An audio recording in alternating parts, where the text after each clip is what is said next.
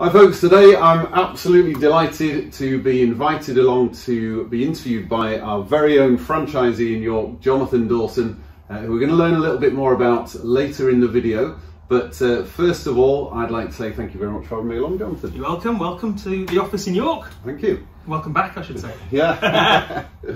Yes, so I'm Jonathan, branch director here at EweMove Sales and Lettings in York.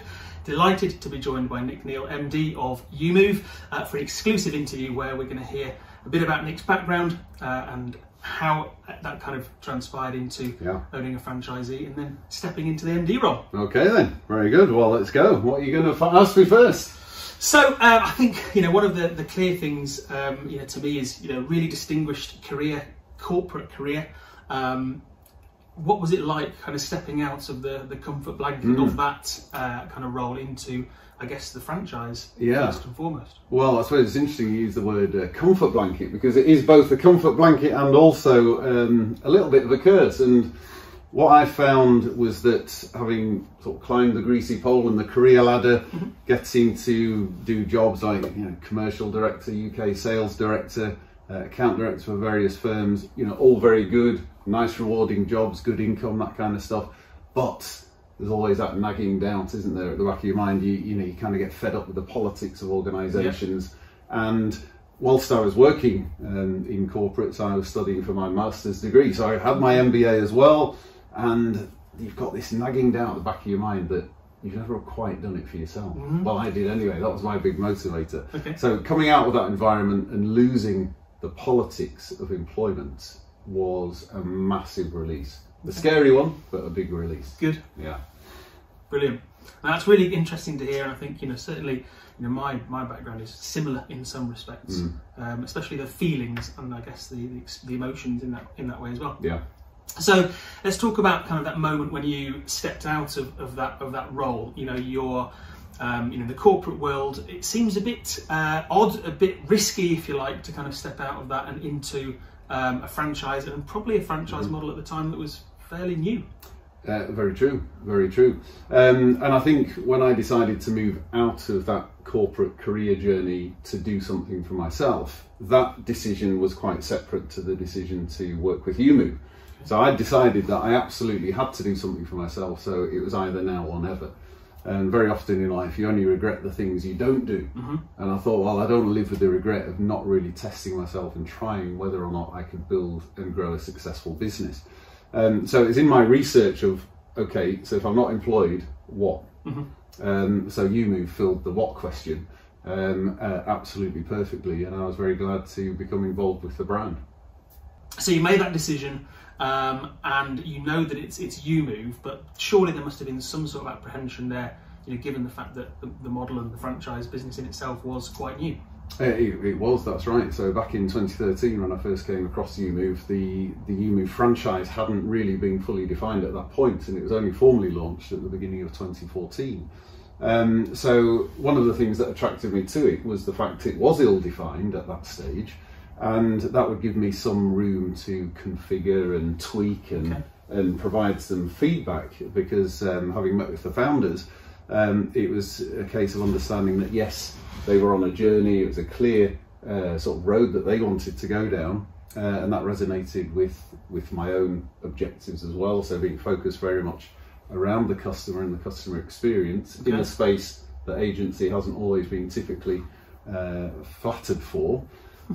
So yeah, all kind of ducks were lined up and pointing it around. I thought, yes, I can work with these guys to build my local EweMove business and perhaps help them refine and develop the franchise model back in the early days, which is exactly what we ended up doing.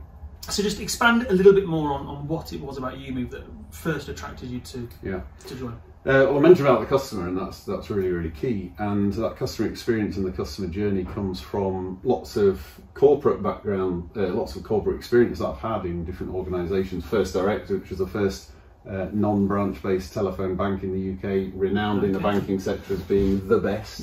So having EweMove as a non-branch based agency that wanted to be the best and customer focused absolutely fell into that space. So it was the overall strength of the proposition that we would be able to deliver to customers, the fact that customers are at the centre of the operational delivery of what we do, even today, those things were absolutely key for me wanting to get involved. And you know, I'm very happy to say that we've refined and developed still further the franchise model over time, but those core concepts absolutely remain key.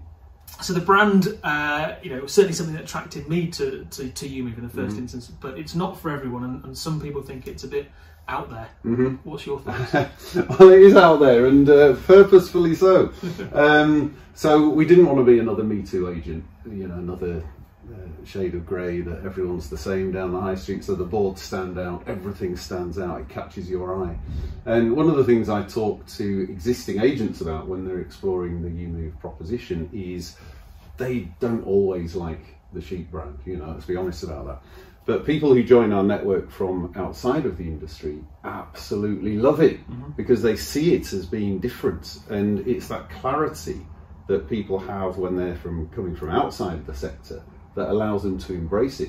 But actually, it's not designed for you, for me, for any franchisee, whether you're inside the sector or you're coming from outside the sector. It's designed for our customers. So when you talk to customers and ask them about the brand, they absolutely love it. And that's what engages those customers with us and our franchisees through the difference that's inherent in the brand. And we know this to be absolutely the case because we've had some very, very high-flying, very experienced agents join our network from the big corporates, and their reservation is always, I'm not sure I can engage with the brand. But ask them 6 months, 12 months later what they think, and they would not change it for the world. They absolutely love it because they see how it resonates with customers and helps them cut through the marketing noise of all the other agents that they're competing against locally. Customers love it, and it works for them. I think for a franchisee or somebody working within the EweMove network, it's about believing in the brand, not necessarily engaging in the brand, but customers really do engage with the brand, which is exactly what you want. Very well put, exactly right. So looking back, you know, 7 years, 8 years now, was it harder than you expected it to be? Ah, yes, very good question. So was it harder, was it not? The answer is yes and no. I think the answer is quite complex because when you're working in an organisation, whether you're working in an estate agency as a lister or whether you're a commercial director as I was in a fuel issuing business, it doesn't really matter where you are. You don't necessarily see the full picture of an organisation until you've worked in one and owned it for yourself. Yeah. Because it's not just about, can I go out and list a property for sale? Because that's our core objective, clearly, as an estate agent now. But it's, do I understand my finances? Do I understand marketing? Do I understand employing people and the issues that comes with that? Do I understand, you know, invoicing and cash flow? And there's so many things when you run your own business that you become exposed to for the first time. Yeah. So your core skill and your core strength is going to serve you very well wherever that core strength is. So if you're previously an accountant, you're going to be good with the numbers. If you're previously a sales guy, you're going to be good with the listings. If you're previously a marketing guy, you're going to be good with marketing. But you need to develop a breadth of skills to enable you to run a successful business. So obviously my background was sales and customer service, so those parts of the franchise were very, very easy, not too bad. Everything else, you know, I had to learn. And I think this is the beauty of any franchise model, is that you don't have to learn everything from scratch because it's delivered up to you on a plate and people are there to support you with it. Yeah. Whereas if you go out on your own, you learn very quickly that there's a heck of a lot you don't know. So we're talking about franchisees coming into our network as business owners. That's what they're buying into, is a business. They're not just buying a job. So there is a difference, and people will develop over time those broad breadth of skills. And at first they will find some things difficult and they will find some things easier than they thought. Yeah. And it depends on their background. That's certainly what I found. So on the back of that then, were you more or less successful than you planned when you set out? Ah, yes, okay, good question. I think if I'm honest with you, in the first few months, probably less successful. And that goes back to the previous question, in that there were some things I didn't know or didn't necessarily appreciate in full. And that's something about the speed of start and that urgency to hit the ground running, which is something we train new franchisees on now, we didn't do back in the day. But once I'd actually got started, significantly more successful than I'd ever expected. And that comes down to the fact that you actually deliver a service to some people, you get some boards up, you get some sales listed, and those customers then are so blown away by the service, and it comes back to what we talked about earlier, that they then start to recommend you to their friends, neighbours, colleagues, and so on and so forth. So I remember the very first time my phone rang out of the blue and somebody said, "Can you come and sell my house for me? My friend has recommended you." I was absolutely over the moon, delighted. And that happened way sooner than I'd expected. And it then snowballs from there. So you're kind of running, a business in two marketing channels, really. There's a referral business, which is about, a third to half of the business that you list. And then you've got a new sales business where you're getting new stock coming through. So if you can balance those two things, then it's absolutely brilliant, because having, the kind of personal reward of that referral and that recommendation, it's worth its weight in gold. It's fantastic. 100%. And I think, that kind of, you mentioned about happening quicker than you thought. When you're coming into a franchise, you don't have to reinvent the wheel. That's right. You've just got to just run with it and just get out there and do it. Yeah. So exactly right. Focus on the stuff that makes you money. Indeed. So 2017, you step into the MD role. What happened to your business at that point? Yes. So of course, I still had a franchise to run from 2017 onwards. So I very kindly gave that to my wife to look after and run. So she was a mortgage broker prior to that. So she stepped in when I stepped in to take the MD role at EweMove from a network point of view. She stepped in to run EweMove York, and she did that then until the end of 2019, so a good couple of years' time, which is actually quite interesting because she has an entirely different background to me. So I started and grew the business and got it to a level that was successful. That's good. And then she came in with an entirely different set of skills and a different background and managed to continue to run the business very successfully, which kind of points to your observation earlier that the franchise system is there to help people, regardless of their skill set, to actually deliver on the ground, and that's really important. Fantastic. So you mentioned Sarah ran the business till 2019. What happened at that point? Well, I was very fortunate to find somebody that wanted to buy EweMove York. So the story really of the franchise is you start a franchise, you grow a franchise, and you make some good money while you're at it, and then at some point you're going to exit, you're going to sell that business. So having a solid business asset which you can then sell is an important part of our franchise offer. So for me to have gone through that whole life cycle is really important. And I was very fortunate to sell the business to a lovely chap called Jonathan Dawson. So let me switch the tables. I'm going to turn the tables on you now, Jonathan. I'm going to ask you a few questions. Now they are, the pressure is on. So before I ask you how you got involved with EweMove, let's just rewind a little bit, and I'm going to ask you a similar question to the one you asked me. What did you do before you got involved with EweMove? Yes, before getting involved with EweMove, my kind of background was retail. So, I worked for the now defunct, unfortunately, Carphone Warehouse for a long time as a retail branch manager. My wife, Ellie, the same, but for a different business. And we, that was what we knew. We did that for a long time. It had its rewards, it had its challenges, and there came a point where I think, we just knew we had to make a change. So that was our kind of background, but it got to a point where, we knew that there was something more out there for us. Right. Yeah. And how did you come across EweMove then to realise that was the something? Well, I think coming across EweMove, obviously, you were established in York, but it was still pretty early days at that point, because it was only, I don't know, early 15. So probably only a year in. But I'd actually stepped out of my retail career into another franchise, and it's important. It's actually interesting that you said, EweMove, you're buying a business and growing a business, not buying a job. And actually, my experience before that was actually I bought a job. Right. Okay. So that was hugely unsuccessful. The head office was in Bournemouth, funnily enough. Right. The Property Franchise Group's head office is also in Bournemouth. But, I was running a business, and it got to the point where it was, can you pop down to Bournemouth? And well, from York to Bournemouth, it's not really a pop. No, so it got to the point where I thought, that's just not working. So I went along to a discovery day at that point, only to be told that, of course, all of York was not available because there was somebody else, or actually back then there were two other business owners really here doing that. So yes, that was kind of bittersweet because, you know, I realised at that point EweMove as a franchise wasn't available to me. However, it opened up the door of a conversation, which I still remember very vividly, between me and you. Yeah, that's right. And then you came in to my business at that time as what we'd call an associate, so self-employed. Yeah. So you were responsible pretty much for doing the job very similarly to I would have done as a franchisee. So you had your own geography, your own little sort of mini territory, if you like, and you ran that in the way that I ran other parts of the town. And how did you find that experience? Being an associate was great. I mean, for us, for me and Ellie, it was kind of about, you know, I was already self-employed at that point, so I was used to kind of missing the paycheck, you know, mourning the paycheck, if you like, at that point. So that kind of wasn't a shock for me.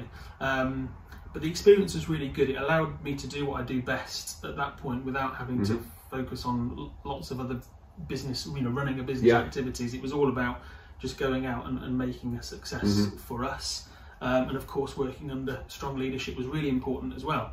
So kind of being given the tools, but without, I guess, the financial risk as an associate, it worked really, really well. Yeah, so that was a nice easy way in for you as well, wasn't it? And a nice easy way out for me, so there we go, that was good. So thinking about, you know, that sort of risk, how did you sort of weigh up, because obviously you got to a point where you bought the business in 2019, so how did you weigh up the difference between low risk working as an associate and taking a fairly hefty commission share from the properties that you listed, to saying, okay, I'm now going to take on that full risk of owning and running a business for myself? So what was the kind of change in your thinking around that? I think the change in thinking was kind of circumstantial. So, you know, in 2015, you know, we had a 6-month-old child. So really at that point, you know, going into buying a franchise probably was not the sensible thing to do potentially. But also I think there was a point about if we wanted to do it for ourselves, we didn't just want to do it anywhere. It had to be in the right place, and the right place, you know, would have been York. So I guess, you know, there was that aspect to it. And then I guess you fast forward to 2019, you know, the experience is under the belt. You know, I came into being an associate with absolutely zero agency experience, very customer focused, but no agency experience. So that was kind of a bit of a factor. But yeah, so I think having the experience under the belt, a little bit more financially secure in 2019, and I guess having the confidence, you know, to do that.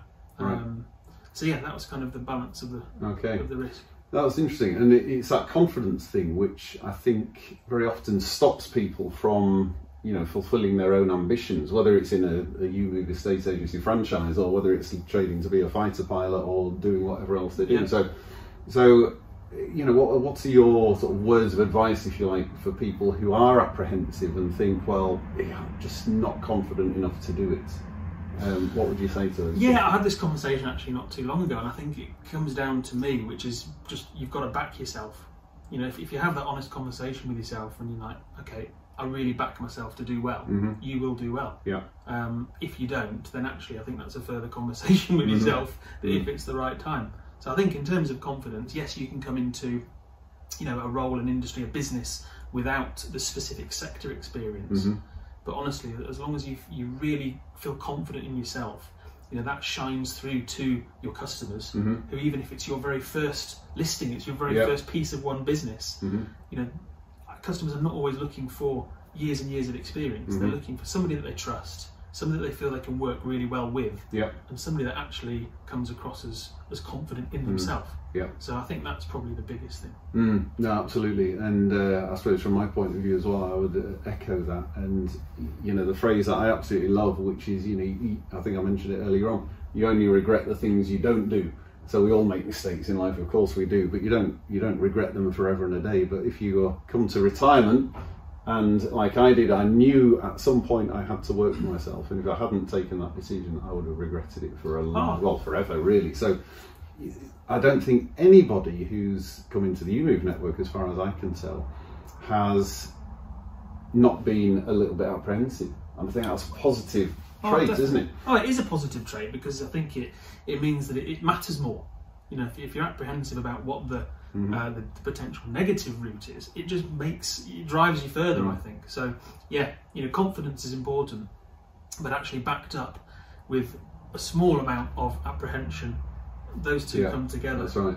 And you just end up being successful. Even the world's best actors are a little bit nervous before they go on stage, aren't they? And that's very, very good. All right, excellent. Well, it's been brilliant talking to Jonathan. Thank you very much for inviting me along.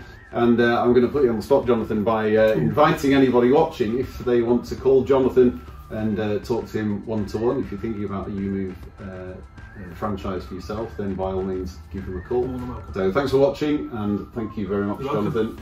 It's really good to chat. You too.